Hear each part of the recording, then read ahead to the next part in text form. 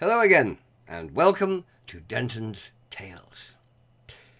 Female figures have always played a great part in the story of Ireland, interwoven throughout Irish history and mythology. Indeed, the country itself has been symbolized by female personifications, such as the dual personality that takes the form of old, tired, and bent by the weight of centuries of oppression in the form of the Shan Van Vocht, the poor old woman, or young, beautiful, and full of hope for the future, her youth rekindled by the love of patriots when she rejuvenates as Kathleen na Houlihan. To the ancient Celtic Irish, goddesses were very important, and one goddess in particular, embodying as she did the concept of rejuvenation, symbolizing rebirth and renewal, ushering in the spring, and driving away the gloomy darkness of the winter. In that context, I'd like to talk about IMBOLC, its name in Irish Gaelic meaning in the belly, which gives a clue as to what it represents. The ancient Irish festival that celebrated fertility, the start of spring, the time when lambs were born, hence the in the belly, the time when the ewes would be carrying the unborn lambs. It was one of the four great Celtic seasonal festivals in those days, known as quarter days, along with Beltane on the 1st of May, Lunacer on the 1st of August, and Samhain on the 1st of November. And it was celebrated from sunset on February the 1st to sunset on February the 2nd. IMBOLC was an important festival in ancient times, long before Christianity came to Ireland, originally being the day to honour she who I touched on moments ago, the great triple goddess BRIGID, goddess of the Tuatha De Danann, the followers of the goddess Danu. Her name derived from the Proto-Celtic Briganti, the high or exalted, or the bright one. The Brigantes themselves actually being the largest of the various Celtic tribes. And she was the daughter of Dagda, principal deity and the leader of the Tuatha De Danann.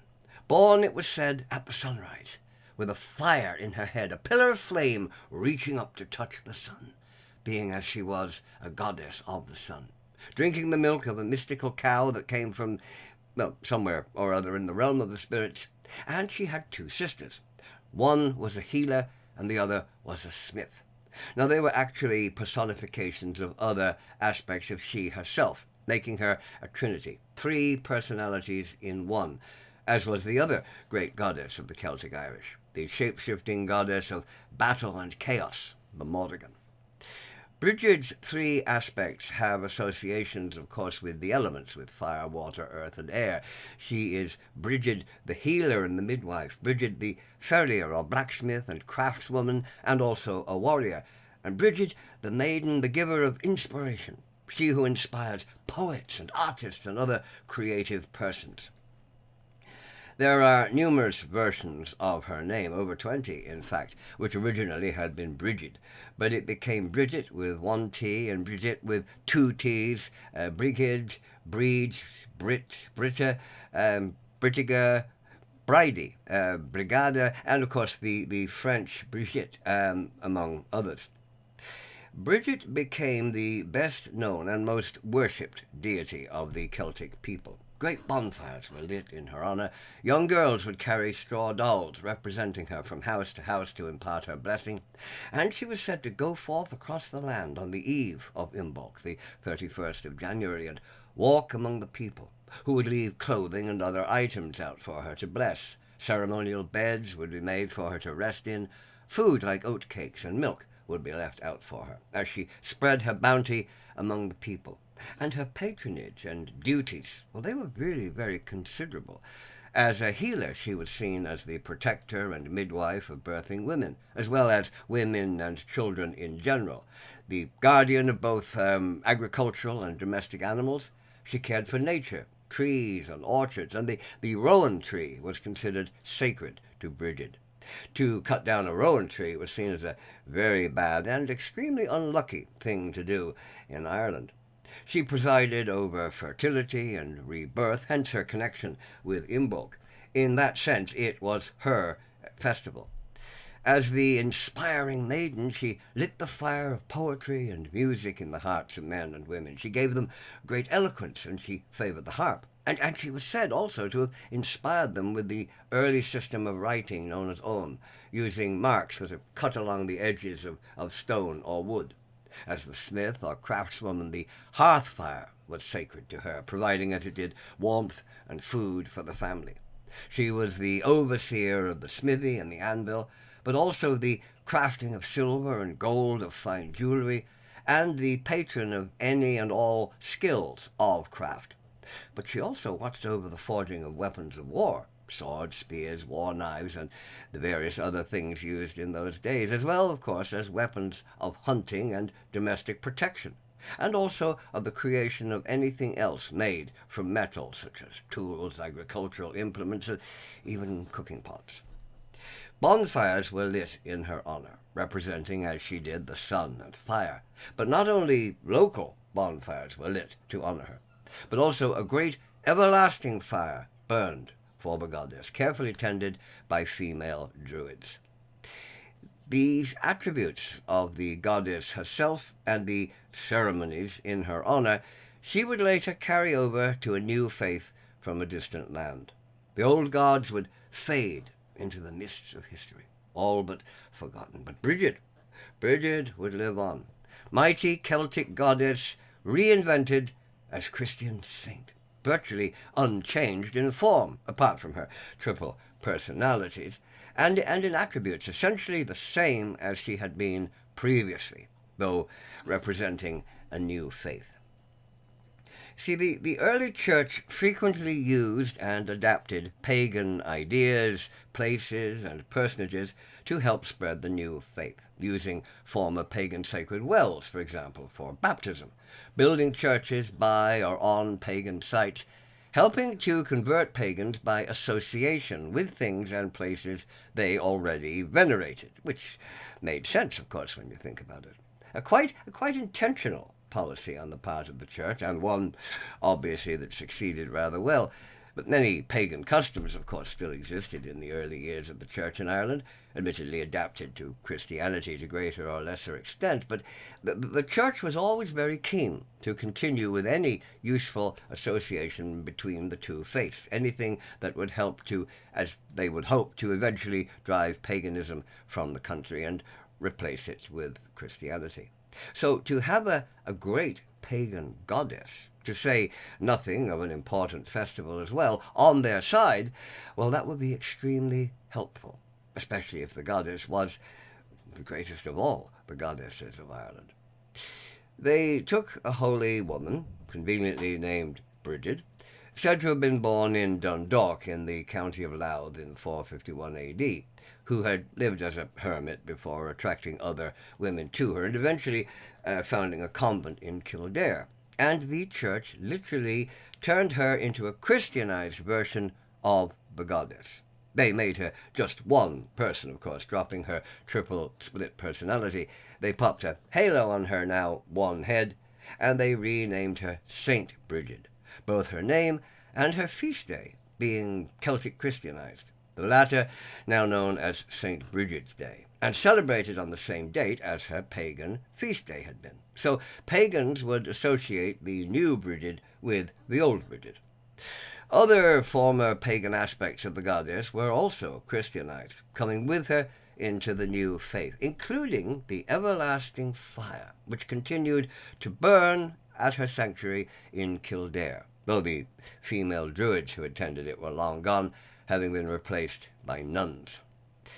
The sacred flame at Kildare is actually mentioned by Geraldus Cambrensis, or Gerald of Wales, in his Topographica Hibernica, the topography of Ireland, in 1188 AD, stating that the everlasting fire was surrounded by a hedge which no man was able to cross, and any man who might attempt to do so would either be cursed and he would go insane, or he would die. Or, of course, he might get off quite lightly and just be crippled for life. Do you think maybe men weren't overly popular around there? Could be. But there's more to the story of this highly unusual fire, said to have burned for hundreds of years, yet left no ash. Now, in a way, that was actually possible. It might at first sound like just a myth, but it is possible. It seems that the fire may have been fueled by oil or tallow or some other similar flammable material that would, of course, not produce ashes. Though in later years wood was used, but then the ashes just miraculously vanished, or so we are told. As I said, the pagan eternal flame honouring Brigid became Christian along with the goddess that it burned for, and it burned on for centuries, until the year 1220, when the Archbishop of Dublin decided that the whole thing was far too pagan. No. It was hardly suited to the worship of a Christian saint, rather ignoring the fact that the Christian saint was, of course, actually pagan to begin with. And he ordered the nuns to extinguish it. That's it, fire gone. However, after his probably very much unlamented death, the nuns simply relit the fire, and it seems to have burned on continuously down to the Reformation, when the monastic establishments were closed and the fire was finally extinguished. There was a long tradition, of course, of women tending sacred eternal flames in Indo-European cultures before Christianity, the Roman goddesses Vesta and Hestia, for example. And the fire now still burns in honor of Brigid, goddess and saint, because in 1993 the flame was relit by the Brigidine Order of Nuns. And since then, the Brigidine sisters have tended the flame in their fire temple, located on the grounds of Kildare Cathedral, which is, I think, rather nice. An interesting link with the past. Isabella Augusta, Lady Gregory, the Irish dramatist, folklorist, and theatre manager, who along with William Butler Yeats and Edward Martyn co-founded Dublin's famous Abbey Theatre, in which I appeared myself, said he, quite unashamedly blowing his own trumpet. And in her English retellings of Irish myths and legends, she describes Brigid as a woman of poetry, and poets worshipped her, for her sway was very great and very noble, and she was a woman of healing along with that, and a woman of smith's work, and it was she first made the whistle for calling one to another through the night.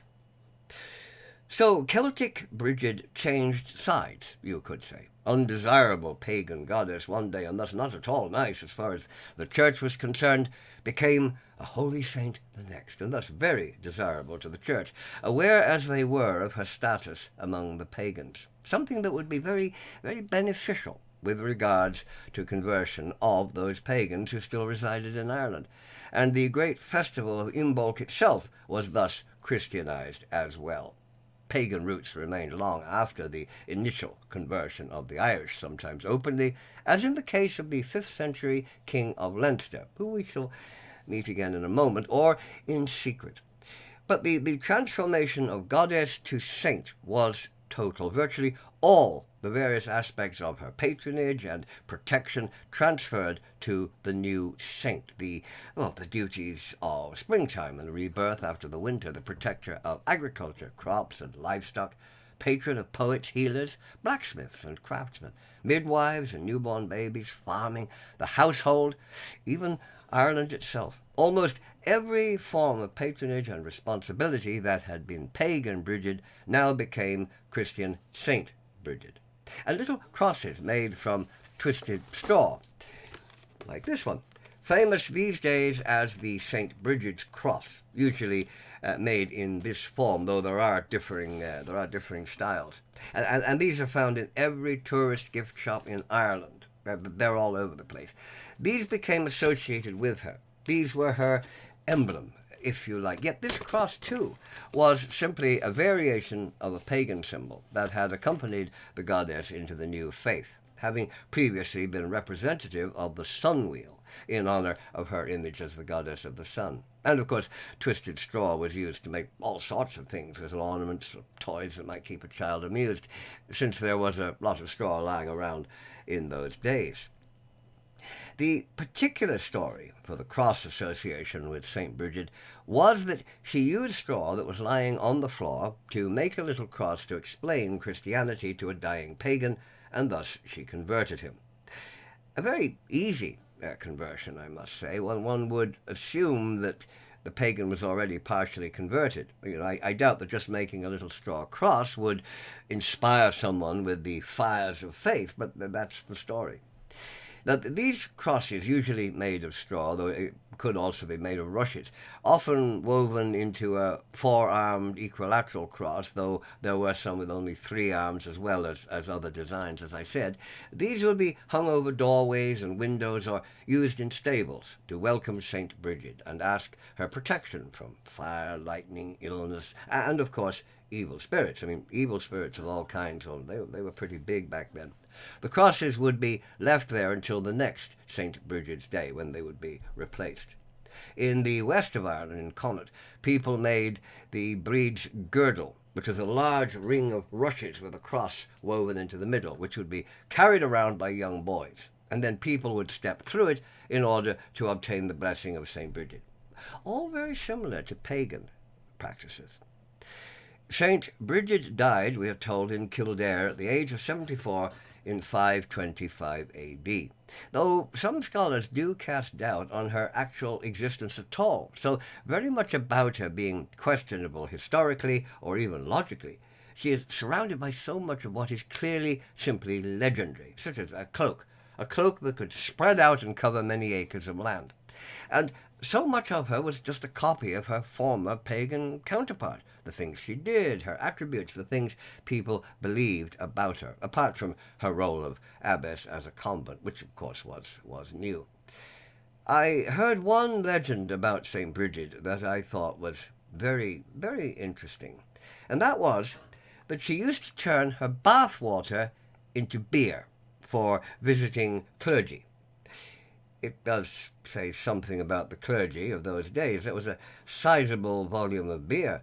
Ah, look, sure, there's monks and priests, dozens of them, and they're all lined up and they're going into the convent. Be the holy, there's even a bishop, and the cardinal himself. Ah, sure, 'tis nothing. 'Tis only the abbess having a bath. Yes, Bath Day must have been very popular, though I'm inclined to doubt the truthfulness of the story. Probably wishful thinking. Like so much about St. Brigid, it lacks any great believability. She became the Mother Saint of Ireland, called Mary of the Gale, but genuine historical facts about her are lacking. References to her in early Irish text, well, they generally just repeat the things associated with the pagan goddess, her patronage of smithcraft, healing animals, and so on, making her look like nothing more than a Christianization of the goddess, which indeed she was.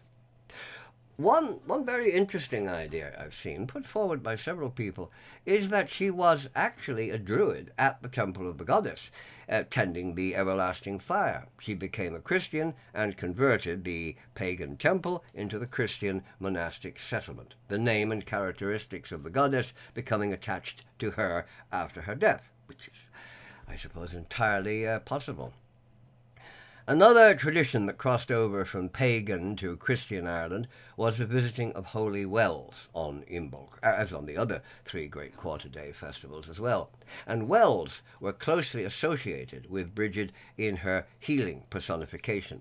Now, one didn't really have to go very far in order to visit sacred wells. Not a great deal of effort was required, since there were over 3,000 sacred wells across ancient Ireland, most of them from pagan Celtic times, and they're still around today, though, like Brigid herself, they are now seen as Christian holy wells.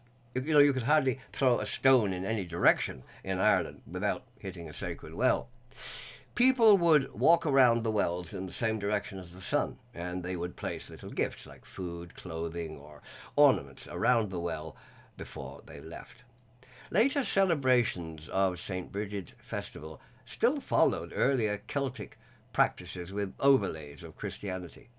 She was said to travel across the country and visit people's homes on St. Brigid's Eve, just as the pagan goddess had walked among the people on the eve of IMBOLC. And in hopes of getting her blessings, people would do much the same for the saint as they had done for the goddess, making a bed for her, leaving out food and drink, greatly enjoyed by the local cat population, I'm sure, as well as leaving out items of clothing for her to bless. She was invoked for the protection of the home and livestock, as Brigid had been, with special feasts being held. IMBOLC was also the time when the Chaliach, the old hag of Celtic folklore, would go out gathering wood to keep her fire burning. And it was said that if she wanted winter to last longer, she really liked winter, that was her time, she would make the day lovely and sunny and bright, a perfect day to go around gathering lots of firewood, thus prolonging the winter. She did things like that. So, if IMBOLC is a really foul, nasty, freezing day, with gale-force winds and driving rain, well, don't complain about it. The ancient Irish, well, they would have rejoiced at it because you see, that meant the Chaliach must have overslept, and winter is about to end. Flowers will grow, lambs will gambol about, there'll be little bunny rabbits hopping around, spring will be sprung, Brigid triumphant over the Chaliach. There now. Many of the old customs associated with both Brigid and St. Brigid died out, of course, in the 20th century, though it is still observed by many Christians as a religious day known as Lady Day, and the following day as Candlemas, and by some non-Christians as a symbolically significant day, with its old traditions and customs being revived by neo-pagans and by Wiccans, the latter incorporating much of her into their practices.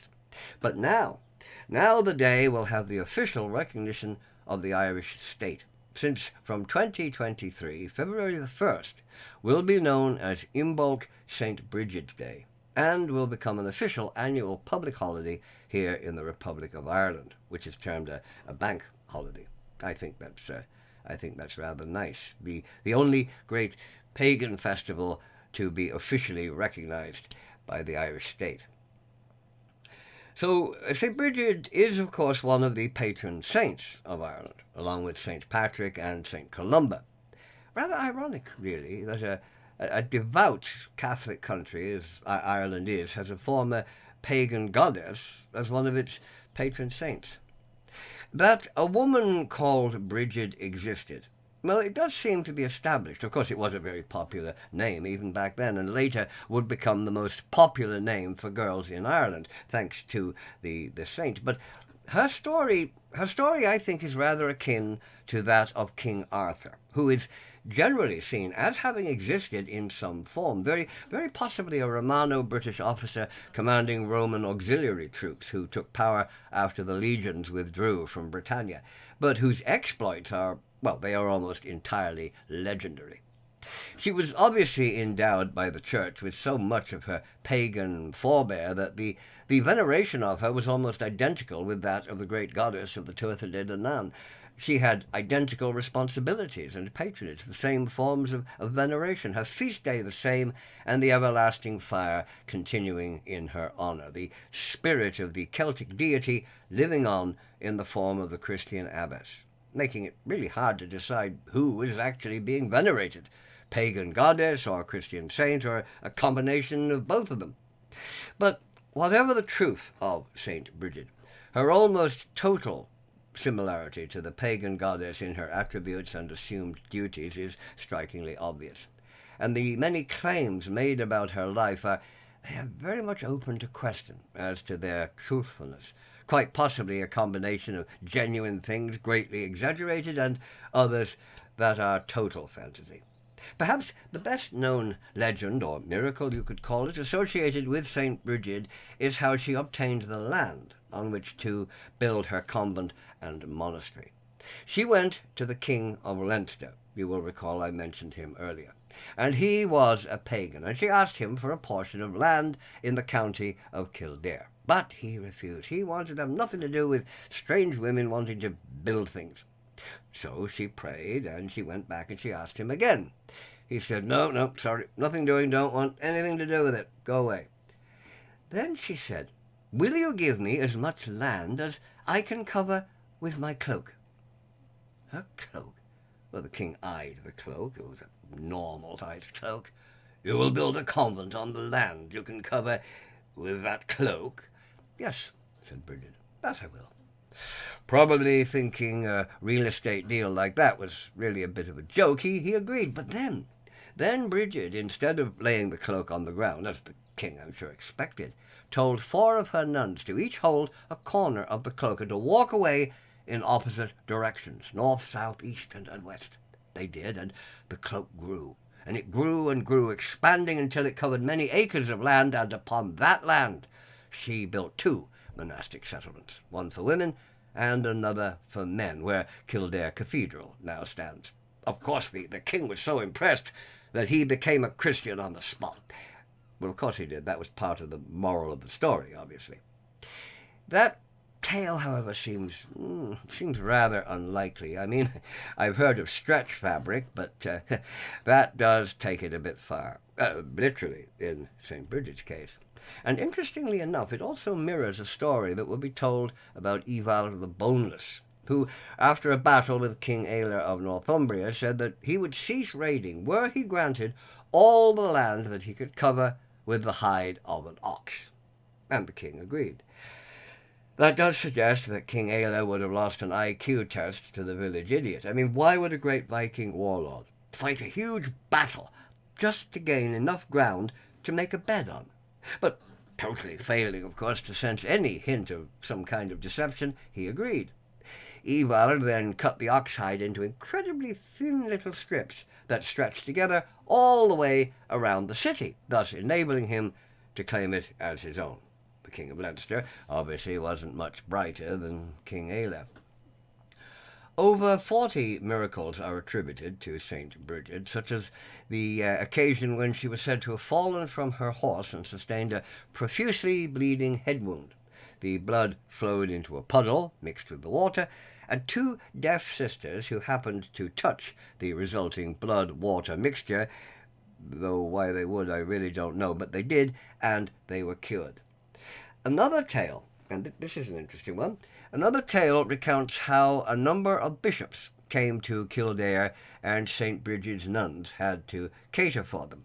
Now, I don't know whether they thought it was bath time or that, but anyway, they arrived. But there wasn't enough milk. See, the cows had been milked already and they were dry. What to do? Of course, well, Brigid could have just gone and had a bath, but obviously that wasn't on the cards that day.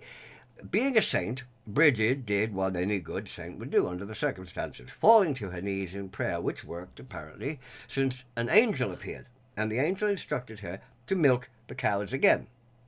Okay, so she did so, and lo and behold, the cows, well, they not only filled all the milk pails the nuns had brought, but they just kept on lactating. Nobody could turn the blasted things off. The pails overflowing and creating a loch, as a lake is called in Ireland, forever afterwards known as the Loch of the New Milk. I'm sure the bishops had enough milk after that, since they could have gone out and swum in it or gone boating across it. And it was said that as a child she gave away all her mother's stock of butter to needy people, which was a lovely thing to do, though I'm sure her mother didn't particularly appreciate it. But she prayed, and the butter was then restored. Now, these are all very nice stories, to be sure, but the probability rating for them is pretty low.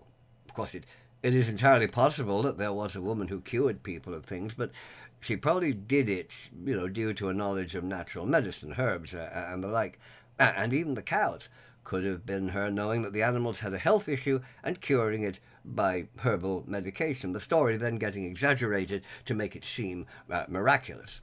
But that sort of story, of course, that is typical of the tales that were told about saints and other holy people in those times. And the early biographies of St. Brigid are generally regarded as little more than anecdotes of questionable historic value, containing so many supernatural and miraculous events that probably mask any genuine historical references. Brigid is very important to Wiccans, as I mentioned earlier, who celebrate her at IMBOLC, seeing her as walking among them on Brigid's Eve, having left them for the winter in the dubious care of the Hag of Winter, the Chaliach, but now she returns amid celebrations that are, of course, a mirror of the ancient Celtic festivities. On Brigid's Eve, reeds or stalks are used to make a Brigid's cross. Now, not in the Christian tradition of it, not that cross, but rather seen as the sun wheel or solar cross, a sign representing Brigid as the sun goddess. Wiccans today honour Brigid as would the ancient Celts before the coming of Christianity. So that concludes our look at IMBOLC and Brigid, Saint Brigid. However you view both goddess and saint, they are great figures in the history of Ireland, part of a romantic Celtic twilight, you might say, that sadly has long since ceased to exist. Romantic tales have no place in the computer age, I'm sorry to say. As William Butler Yeats put it in his poem, September 1913, "Romantic Ireland's dead and gone, it's with O'Leary in the grave." And with that very uplifting note, I shall say goodbye for now. See you in the next video. I hope you enjoyed this one. So, goodbye until then.